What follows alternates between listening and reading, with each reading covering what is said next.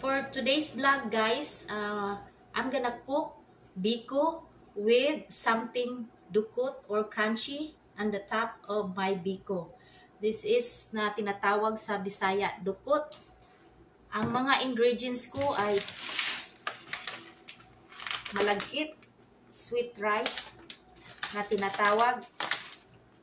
So kakabili ko lang nito sa Filipino store dito sa Texas. Tapos meron akong dalawang coconut milk. Tapos gagamitan ko siya ng brown sugar. At pagkatapos niyang maluto, lagyan ko siya ng toasted coconut flakes. So ipapakita ko sa inyo guys, ang recipe na ito ay requested ito sa asawa ko kasi gusto din niyang kumain ng biko. So ipapakita ko sa inyo kung paano gumawa ng biko na may dukot siya. So let's go sa kusina ko guys. This is my ingredients for biko. Sticky rice, 2 1/2 cup. 2 cans of coconut milk. 1 cup of brown sugar. 1 teaspoon of salt. And for later, for toppings, toasted flakes coconut.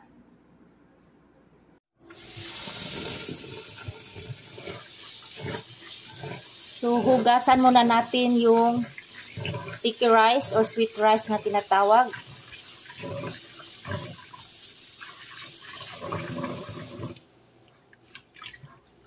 Hugasan ko ito ng mga 3 beses.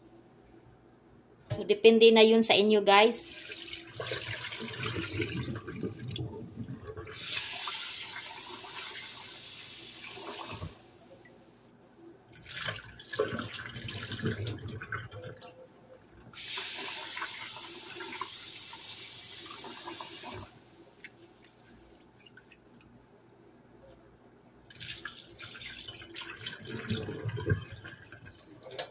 So, kailangan ang paggaluto nito ay hindi siya overcook.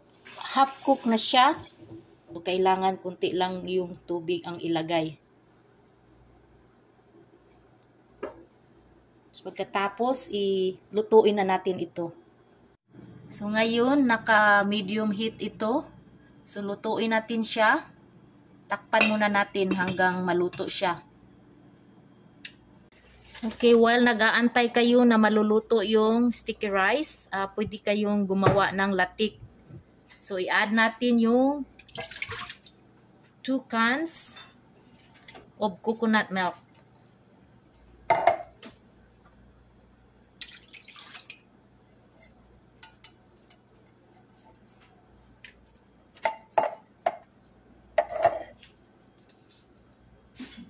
Then add your 1 cup of brown sugar.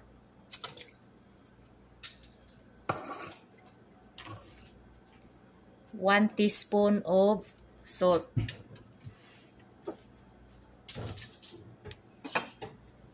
Tapos i-mix ninyo nang mabuti siya. So ang gagawin ninyo sa latik guys, kailangan bantayan ninyo para hindi siya masunog. So, kailangan talaga ito ng mix hanggang lalapot siya at magiging bubble tsaka form of latik, parang candy na siya. So, papakita ko sa inyo mamaya. I-check natin ang sticky rice.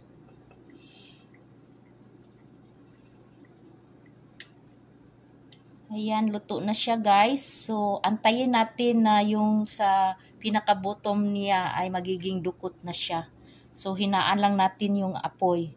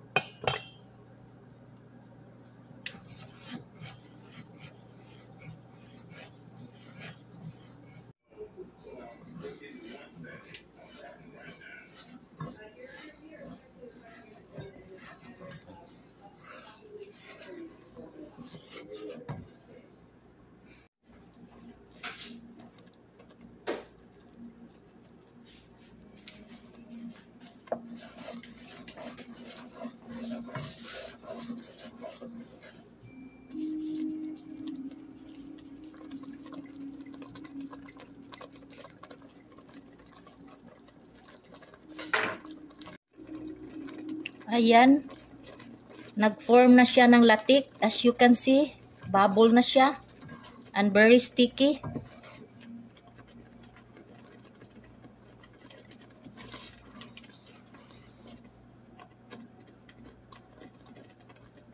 So, pwede na itong ihalo yung sticky rice.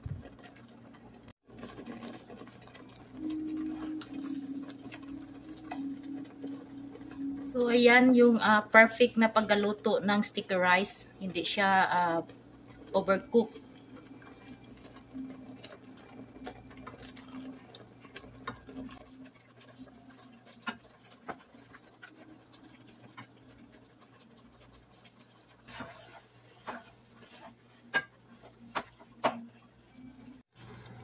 So, ito na yun. Nagiging may dukot na siya.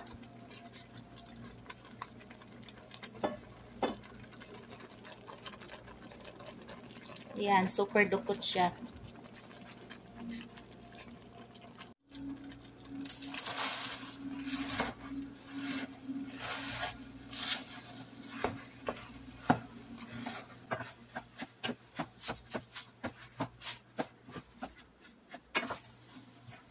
Mix lang siya ng mabuti.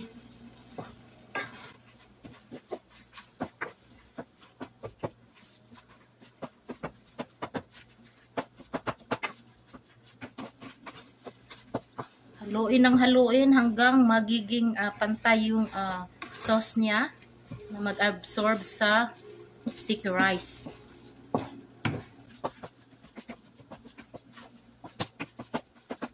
So, tamang-tama lang talaga yung brown sugar na nilagay ko para hindi siya masyadong sobrang tamis. Perfect lang yung tamis niya.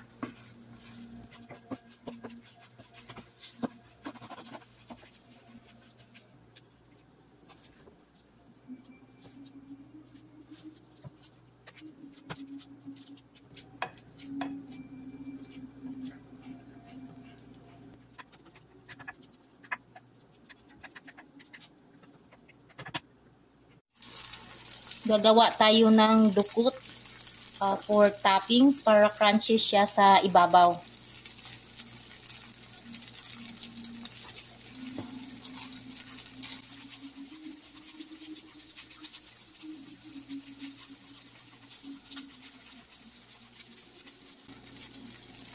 So, sa nakikita ninyo, nagiging brown na siya at crunchy.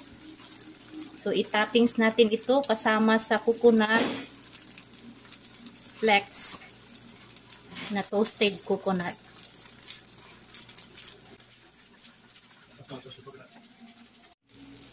So, ayan na siya. Dukot. So, sarap siya.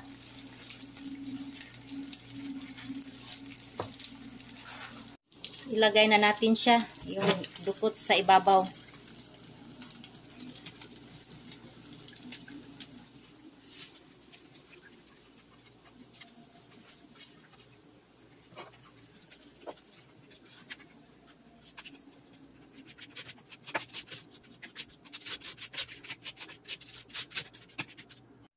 And now, it's time to add toppings, coconut toasted flakes.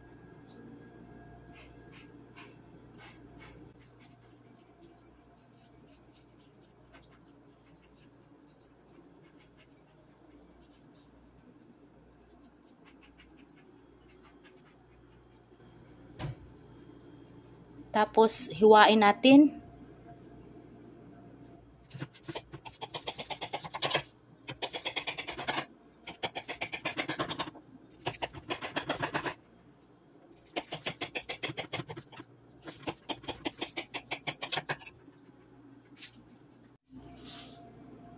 Here's my Bisaya Biko, guys, with dukot. So, allows to cool. At pwede na siyang kakainin after.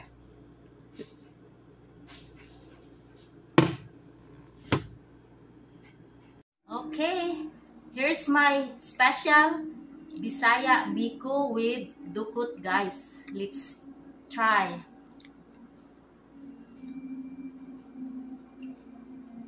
Wow! So crunchy.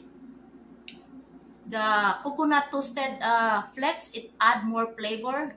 And of course, the dukut for toppings. Mmm. Mmm. Mmm. Crunchy. My husband favorite and requested biko.